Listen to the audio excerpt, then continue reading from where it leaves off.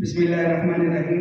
काबिल इज़्ज़त एहतराम डाइस और मोहतरम उलमा इकराम, आज मैं जो मकाला पेश करने जा रहा हूँ या मकाला पेश करूँगा, मैं नज़र इसके कि आप लोग क्या सोचें, आप क्या समझें और आपके दिमागों में क्या है, इससे ऊपर उठकर मैं ये बात तक पहुँचने की कोशिश किया लिखते वक्त कि अगर मैं मेरे वालिद मोहतरम के सामने मकाले पढ़ता तो उनको कैसा लगता है। वो ज़ाती तौर पे अपनी तारीफ को पसंद नहीं करते थे।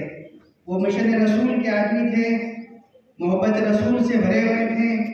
नबी पाक अलैहिस्सलाम के मोहब्बतों के रग रग में बहती थी और वो अपने बाद इस काम को, इस महज को आगे की तरफ देखना चाहते थे।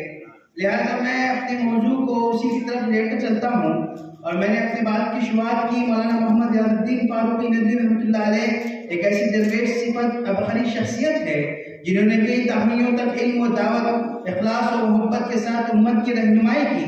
जब ये कहा जाए कि एक मजमून में एक मिशन को, 50 साल की जद्दोजहद को, एक अहद को, नबी करीम सल्लल्लाहु अलैहि वसल्लम की तहत को, मैदान दावत के शहसवार को, नस्लों के मुहाफिज को, सच्ची फिक्र मोहब्बत के अलमबरदार को, नब्बी उलूम व फनून के माहिर को, मर्दूम शनास शख्सियत का अहाता किया जाए तो ये बहुत मुश्किल काम है। एक बात दिल से कहता हूँ, मौलाना मरहूम की शख्सियत को चंद सफ़हात में समेटना मुश्किल ही नहीं बल्कि नामुमकिन है। मैं मौलाना की बात को अपने ज़ात की तरफ लेकर आऊँ और जो मेरा ताल्लुक़ मेरे वालिद मोहतरम से था, और वालिद का भी था और दावत के मैदान को सिखाने वाले का भी था। मैंने अपने मकाले में इस बात को लिखा कि रोज़तुल अतफाल में वालिद साहब की शफ़क़त की बुनियाद का फ़ायदा उठाकर मैं भाग कर रोज़े से 28 नंबर के पास जाकर खेलना शुरू करता था। वहाँ खेलता था तो चंद लोग आते थे, उनके लिए हार मंगाया जाता था। वो 30 नंबर में जाकर गुस्ल करते थे। उसके बाद वालिद मोहतरमा अंदर जाते थे और उसके बाद कुछ होता था, मिठाई लाई जाती थी, मिठाई तकसीम की जाती थी। मशीर भाई मरहूम 28 नंबर में हुआ करते थे। मैं उनसे पूछता था कि इन साहब की शादी हुई है? वो हल्का सा चपट टप्पू मुझको मारते थे और कहते थे खामोश रहो, उनको जाने दो।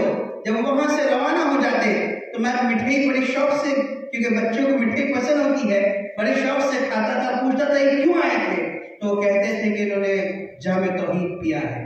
मैंने अपनी आंखों से कई लोगों को उनके हाथ पे 30 नंबर के अंदर जामे तौहीद पीते देखा और यही सोच, यही फिक्र, यही संजीदगी मैंने अपने वालिद से ली कि असल जिंदगी का मकसद किसी जगह पर परमानेंट नौकर होना नहीं है, किसी जगह पर जाकर नौकरी करना नहीं है, बल्कि नबूवत की चंद चीजें जो हमको विरासत में मिली है वो ये है कि जामे तौहीद के मकसद को आम किया जाए। एक केस, एक मसला जो मेरे लिए बहुत मुअम्मा था, मेरी शादी नहीं हुई थी और एक बच्ची सिंहखेड़ राजा के बस स्टैंड पे बेयारो मददगार मिली, जिसको मुफ्ती रियाज साहब ने फोन करके कहा कि अभी किसी के साथ शादी की और उसने उसको छोड़ दिया, वो नौमुस्लिमा है, उसको रातों रात औरंगाबाद पहुंचाया गया। मुझको मालूम नहीं था शादी के बदकार के मसाइल क्या होते हैं। वो हामिला थी, उसकी हमल की तकलीफ थी, उसके मसाइल थे। मैंने अपने वालिद के सामने बात रखी, उनके परेशानी पे बल नहीं पड़े। उन्होंने कहा कोई बात नहीं, आने दो। और उसके बाद मालेगांव में किसी खवातीन के मदरसे चलाने वाली का राब्ता नंबर दिया और उनको वहां पे मुंतकिल किया। और जब मुंतकिल कर दिया तो कहने लगे बेटे नस्लों का सवाब आसानी से नहीं मिला करता, इसके लिए तो तकालीफ झेलना पड़ती है। ये वो हिम्मत थी, ये वो ताकत थी जिसने मुझ जैसे हकीर को आगे बढ़ने में मदद फरमाम की। इसके साथ मैदान में हर रोज कुछ लोग आते, वो बात करते, वो बातें करने के बाद इस्लाम को कबूल करते और जब इस्लाम को कबूल करते तो अपने मसाइल लेकर वो उस दर पे और दरवाजे पे आते, जिसको दरवाजे फारूकी कहा जाता था। वो बैठकर गौर से सुनते। मैंने कई मरतबा अपने वक्ताने का इजहार किया कि ये नौ मुस्लिम कुछ भी बात लेकर आते आप सुनते हैं, तो कहते अगर हम इनको नहीं सुनेंगे तो हम किसको सुनेंगे। वो बैठते, वो उनको सुनते और आखिर तक उनके साथ बैठकर उनके निज़ाम को हल करने की कोशिश करते। बहरहाल जामिया इस्लामिया अशफुलूम के अंदर दावत के काम में कई लोग ऐसे आए जिन्होंने आए से, दाएं से, आगे से, पीछे से पुलिस के नाम से डराने की कोशिश की।